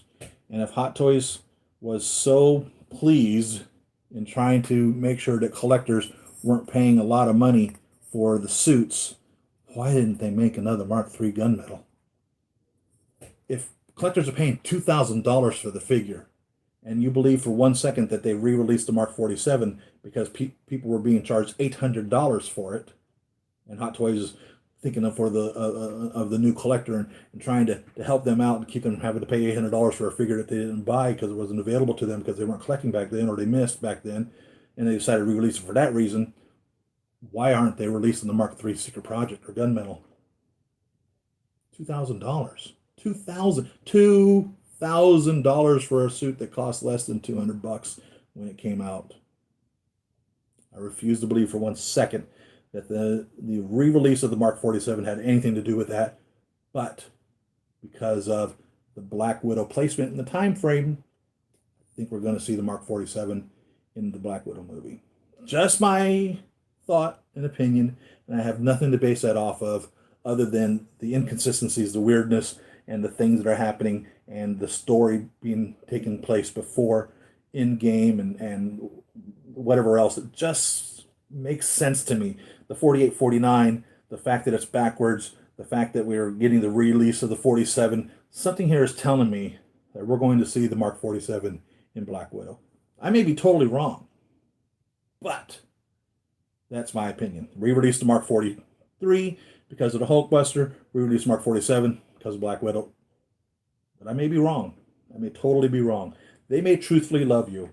Hot Toys may truthfully love you, and it's trying to give you an opportunity to get a hold of a figure at $350 or $400 compared to $800 because it works that way. It doesn't. I'm sorry to say it doesn't work that way. I hate to bust your bubble. So that's my opinion as to why the Mark 47 is coming back. But we will only know when we know. We're all going to have to wait until November, it seems now, to find out instead of next month. So I've got a Mark 47 on order. Thankfully, when they re-released it, I placed the order on it. Why? Because when you order for a Big Bad Toy Store, you don't pay for it until it arrives in the store. And I've got, 2 years before the doggone thing arrives? Or a year now before it arrives. So 46, 47, Hulkbuster 2.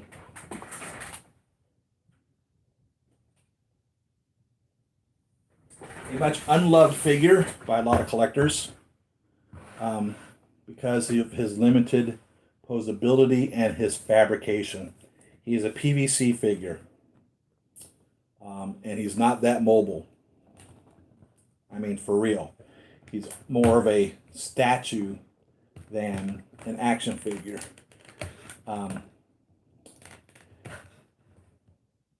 He can't adjust his elbows. Can't adjust his knees or his hips. He's just there. And there's been a lot of collectors that hated that because of his inability to be posed. And I don't know why they chose to do this. Maybe it was because people had just spent $1,000 on the Hulkbuster, and they didn't think people would be so interested in dropping $800 or whatever onto this. Or maybe they just didn't want to spend the time in development of trying to figure out how all of this worked and if they could get another suit inside of this, or if it was supposed to be a human inside of this, or if they could get a human inside of this, or maybe they figured they didn't want to try to chance making another Hulkbuster per se because they really knocked it out of the park with the 44, and they were afraid they couldn't deliver that type of a product to us, or maybe they didn't want to wait 2 more years to get it out. Who knows? Who really even knows what the whole purpose for them giving us this limited articulated PVC figure? But he is a Hot Toys. He is in line. He is screen seen. He is, in my opinion, an essential piece for my Iron Man collection. And I think he came with interchangeable hands, and that's it. You can light him up, and he lights up similar to the original Hulkbuster with lots of lights on him. And you can move his head side to side. And that is about it. That is really about it. You have the shoulders, the waist, the wrists, and the head. 4 articulations. And that's nothing in the grand scope of things. So a lot of collectors absolutely hate this figure because of that reason. But he is here. He is loved by me. He's larger than Igor. Let's put Igor over here. He's not as big as the Hulkbuster. So he's in between the Hulkbuster, which is about, another 4 or 5 inches. But he's larger than Igor. So for size comparisons, I'll get Igor over here.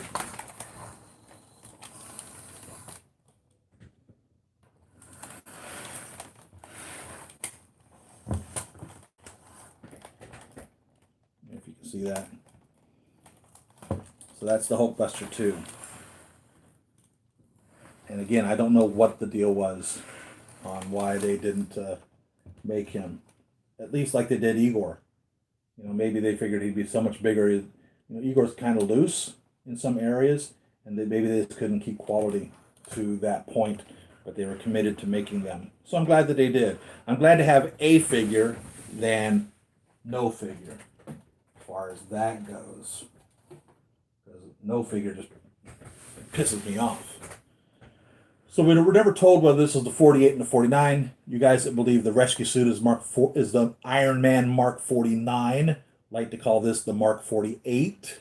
I am not sold on that because I don't believe that the rescue suit is the Iron Man Mark 49 because it is not an Iron Man suit. It is obviously made for Pepper Potts. It is the rescue armor. And I am assuming that what we are getting with the blue and silver Pepper Potts suit, or kind of a bluish purple color, is her 49th rescue suit. I believe there are at least 48 others, truthfully. I think at the end of Iron Man 3, he realized that he needed to put her into a suit.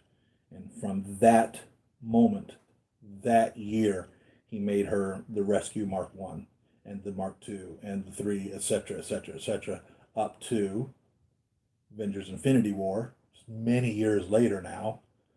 I don't remember, I think 7 years or more, 10 years possibly, from Iron Man 3 to Infinity War, the 10-year period here. And I truthfully feel that he made for her 48 other suits.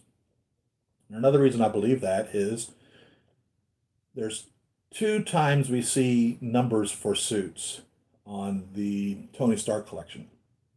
In the original Hall of Armor, the 7, we see them written on the outside of the holographic display in front of the suits as they're in the Hall of Armor in Roman numerals: Mark I, Mark II, Mark III, Mark IV, Mark VI, Mark V, Mark VI, and Mark VII, referencing Mark 1 through 7 in Roman numerals.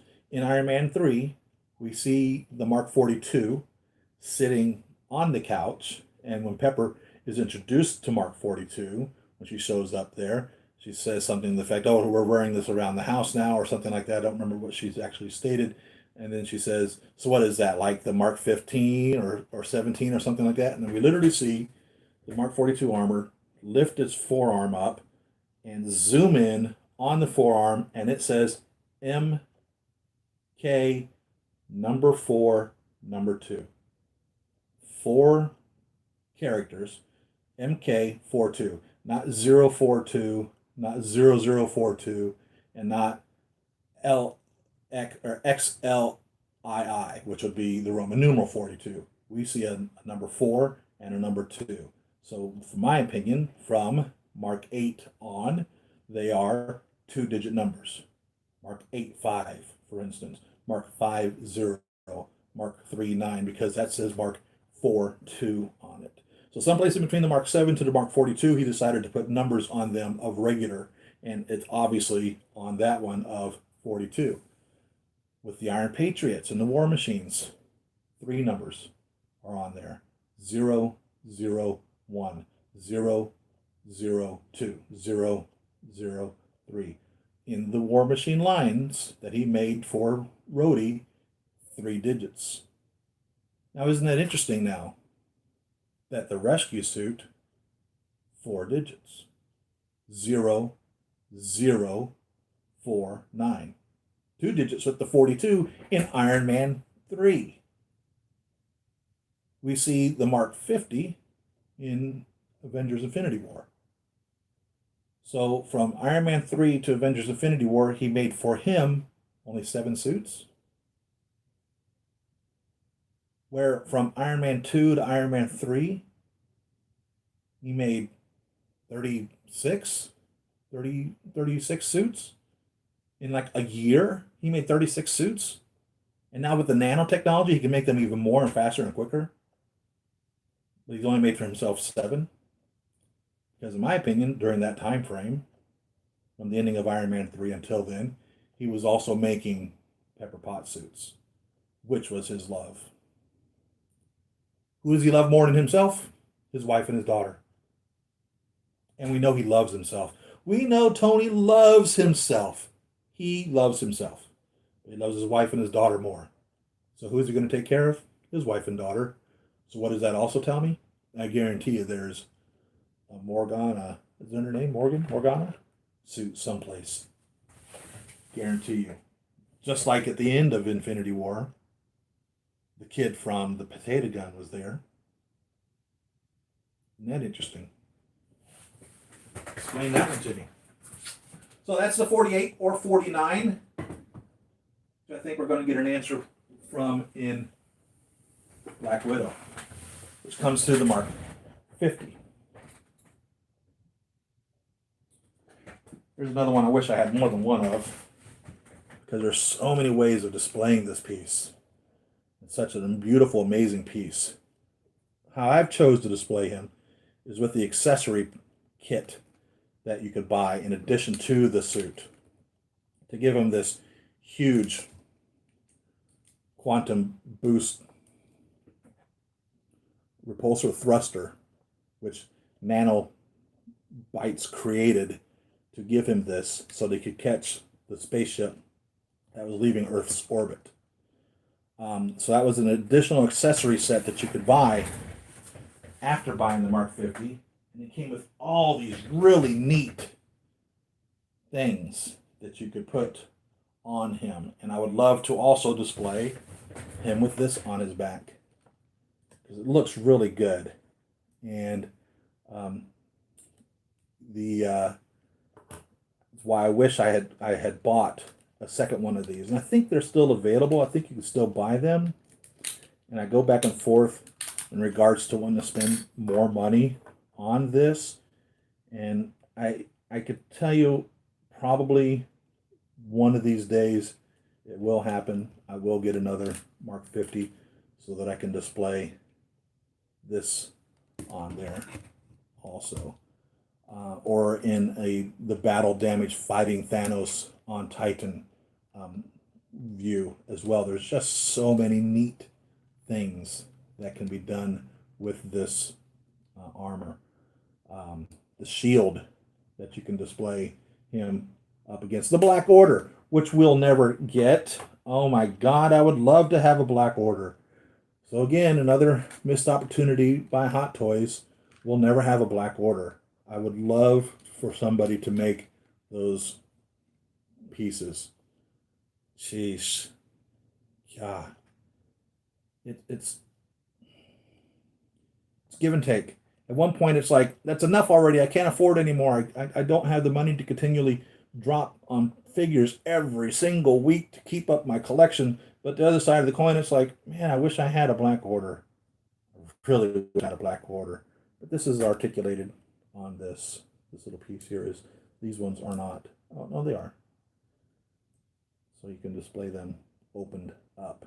And so I just have this sitting on the shelf of associated accessories that come with pieces that cannot be displayed because it can only pose them in one mode. But yeah, the Mark 50, you almost need 3 versions of him to be able to display him in different capacities. But this is how I chose to display him, with the nanotechnological bites or bits of the suit fabricating this giant repulsor thruster down there. And that's my Mark 50.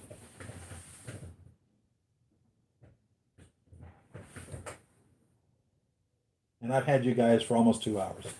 So I'm going to see if there's any other Iron Man specific that I didn't touch or go over. And what I will probably do next week is start off with the War Machines, knock those guys out, and from there I will continue on probably with the Avengers, which will be a little bit of everybody. So I don't know. We'll go by the flow. We'll see what happens tomorrow. But I think that's all of the Iron Man suits. And I've got some Tony Starks. I don't know. I could, I guess, talk about those for a little bit, but I think this is a good place to start. To end, more or less, is at the end of the Iron Man suits that are in my collection. And it's so funny. Again, I thought that I would be able to just sit down with you guys and in 2 hours go over 200 suits, 200 pieces of Hot Toys figures, over 200 of different figures. And there's no way that's not going to happen.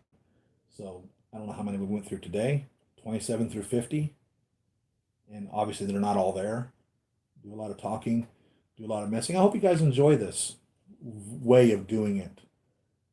Um, I suppose one of these days I'll get cases, and on the day that I move them to cases, I should probably film that and have a nice high quality, high resolution, and clean the figures once they go into a nice dust resistant shielded case, and then I'll get a real good video of the figures. But as you can see, just moving these about and touching them, and sometimes they end up getting not put back exactly how they were, or the display stand. So that's the plan. So I will see you guys next week. Just, let me go through some of the chat here. Thank you for sticking with me, guys. It's really, I really enjoy spending time with you all. I hope you feel the same on spending your day with me, 2 hours of your time, whether you're here live or whether you come back and view later, whether you come back and view it many times later. I'm glad to have you, no matter, with us. And my wife always asks how you guys are doing. She was so pleased to know that you guys were here for me when she had her cardiac arrest, because she loves me, and she's was afraid that I'd be alone without her, which I would be, but she was pleased to know that you guys are here for me, and hopefully I'm here for you. So let's see if we can find some, go real quick here on some of these chats, see if there's any questions that we can answer real quick.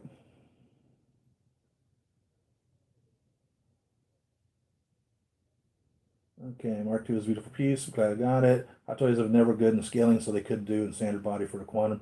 All right, yeah, can't wait to see how Hot Toys will handle the Mandarin. There really hasn't been a proper Tony Lung figure before. It's notoriously difficult to get a license for. I got Silver Centurion for cheap. Yeah, there you go. I lost a screw for Silver Centurion's bicep. I think I have that screw. I still love the Retro Mark 15. It's eye-catching. It is. That red and gold metallic looks really nice. Following the trend when they released in-game Captain America, they'll announce a battle damaged one. Right? Oh my God. Here's the Thanos. Oh, now here's the battle damaged Thanos. Jeez. And Mark 46, because it's iconic, he fought Cap in it. That's right. They'll probably make Old Man Steve Rogers. I've ordered an Old Man Steve Rogers from a third-party manufacturer, which hasn't been released yet. Maybe his mouth is the battle damage Cap, little blood coming down or something, right? Buy them all. Right, I'm with you. His arm was cut. I like that short hair Cap Marvel. Looks good. I agree. I feel your Red Skull is your best custom normal and regular version. Thank you. I spent a lot of time on him. The one I'm currently spending a lot of time on is Crossbones. Oh my God. But yeah, Red Skull is really difficult to make. And I still need to find a coat for that, and I still need to find his little a way of getting that Red Skull octopus, the Red Skull emblem for his tie. Thanks, Rick. Was the King Arch Red Snapper articulated? I don't know. It's a good question. I do not know whether he was or not. Starboost was the first Hot Toys Iron Man I ever bought. That's a good one to get. He was one of my favorites for a very long time, and he still holds a piece of reverence because he's such a really neat figure. It's so hard to narrow one down. It really is. I'm asked sometimes which ones I recommend to somebody, and I will tell them if you're only wanting to get one for your collection, just one. If you're able to discipline yourself to one Iron Man, Mark 7. It goes without saying, the Mark 7 is the one you want. And I don't care whether it's the plastic version or the die-cast version, you're not going to be disappointed owning a Mark 7. If you're only getting one, the Mark 7. Now, this also goes into effect what story you are trying to tell. If you're building an Avengers, maybe you want the Mark 43. If you're building an Endgame, the Mark 50, or an Infinity War, if you're trying to tell the end of the story, the Mark 85, of course. But in my opinion, if you're just wanting to have a classic Iron Man for your 1/6 scale collection because you have several figures and you can't do an entire 85 suits and you want to just have one that represents Iron Man, I think the Mark 7 covers both genres of comics and movie. So the Mark 7 for fact. He's not my favorite piece, but I think he holds that classic iconicness, recognizability in regards to things. I don't think there's any question about it. If someone were to come in and see your collection of figures and not know really what it is that you're going, if you were to say, and there's my Iron Man, and just point randomly out like that, I cannot believe for 1 second that somebody wouldn't see the Mark 7 there and automatically be able to piece together that is the Iron Man. And it works, the Mark 7. My favorite Iron Man suit, Mark 21 Chrome, which again is the Mark 7. Um, I like the Mark 17 Heartbreaker because he's beefy. I like the Mark 38 because he looks like because he's like, he wants to be, he just looks like a kid. He just wants you to evoke that emotion out of you. Um, I don't know. I can't think of one specifically that is my absolute favorite because it changes all the time. The Mark 40 shotgun, oh, such a unique figure in that regards. It's so hard to say. You know, it's like having more than one child. If you're raising kids and you have more than one, is there one that you love more than the other? Of course not. You're going to love all your children equally the same. You might be more pleased with one in one aspect or another over things that are happening or going on in life, but you will never, in my opinion, it's really difficult to love one more than the other for most people. So that's how it is with the Iron Man suits. Um, I love them all. I love them all. Uh, bro, give you anyone? You know, I wish, you know, gosh dang it, if Sideshow or if Big Bad Toy Store were to mail me free figures, I would pass that on to you. I would. I'll get free figures. They're $300 a piece. That's a week wage for a lot of people. Work an entire week for a figure. Here you go. Just give it to you. Man, I don't even spend that much money on my wife for her birthday. Jeez, $300. No, I can't just give a figure. That's like I have told you many times. I hate asking people to go to the Patreon and become Patreon supporters because I'm capable of doing what I do to some degree. You hear me complain and bitch and moan and say I wish I had and wish I had and wish I had. And we all wish that we had. But I'm fortunate enough to have a well-paying enough job and to be in a financial position that I can collect these. But if you wish to be a Patreon supporter, if you were to even donate just $1 a month, and I would be so very appreciative of that. It's only $1. So, so it's not a big sacrifice from you, and it's not a huge amount to me, but it's a form of affection, a form of appreciation, and a form of saying that you approve of what it is that I am doing. And if you were to do that, I mean, that would mean so much. In the reality of things, the pennies that YouTube/Google pays creators for their content on YouTube, $1 a month through Patreon is more than what YouTube pays us for you watching a video on YouTube. You watching a video on YouTube, I get like a 100th of a penny. If you watch a video on YouTube, it's like 100th of a penny is what I get of you watching the video. So it's through the multiples and multiples and multiples and multiples of viewers that put money in people's pockets who make a living out of this. So obviously, as you can tell, I'm not making a living off of YouTube. Those days are long gone when people could easily do that with the many adpocalypses and the redistribution of the ad money to every account versus only select accounts has made it so that people do not make money per se on YouTube. And I as well. The money I make from YouTube is nothing. It's nothing. It certainly doesn't afford me a figure. It doesn't even buy me one a month. It doesn't even buy me one in 3 months. It doesn't even buy me one in 6 months, if that tells you anything. So I can't just give a figure to somebody. I wish that things were in that way where I could say, hey, become a Patreon supporter and I'll give you a figure. sorry, sorry, sorry. I have absolutely nothing to give you. But if should you decide to be a Patreon supporter, you can find me on Patreon. And like I said, even $1, it just shows me that you approve of what I do and you recognize the work that goes into this and you are appreciative of it. But no, it doesn't make or break me. It's not going to keep the electricity on. It's not going to, fatten my pockets so that I can go down and have some Ruth's Chris steak dinner. It's not going to happen. But it just makes me feel I'm extremely appreciative. So should you ever feel so inclined to contribute to me, I have nothing to give you but my appreciation and love.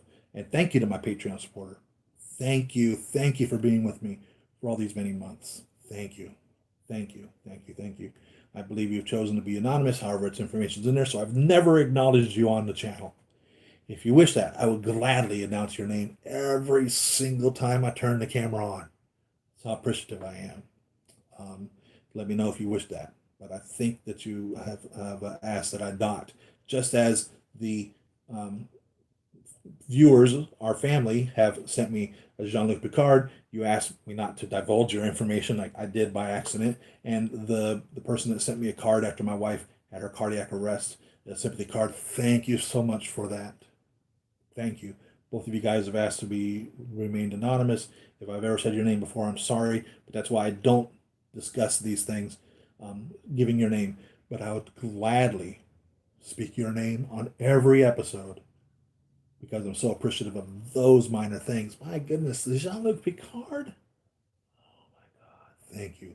Thank you. Thank you. Thank you. So I've had you guys for a couple hours. Again, this is your show. You guys decide this. You guys are the ones that make this show happen. It's all through you. You're the directors of the show. We discuss what you guys want to talk about. And so I'm so glad to have you. And thanks for tuning in. And if nothing else, I should be here next week. I have no reason not to think that I won't. And we will catch you then. So like, subscribe, share, let all your friends, family members, and everyone else that you know where to go for 1/6 Scale News and Reviews to see these videos. Throw me up on Facebook. I have a Facebook, Siri Emerald, and 1/6 Scale News and Reviews specifically on Facebook. I would love to make that your what's the word I'm looking for? Not channel, page. I would love to open that up if one of you knew how to do that. I would love to make that like a community thing. You guys can throw your stuff up, do whatever else you want, and do that. I don't manage these things well, so but 1/6 Scale News and Reviews is my real channel on Facebook.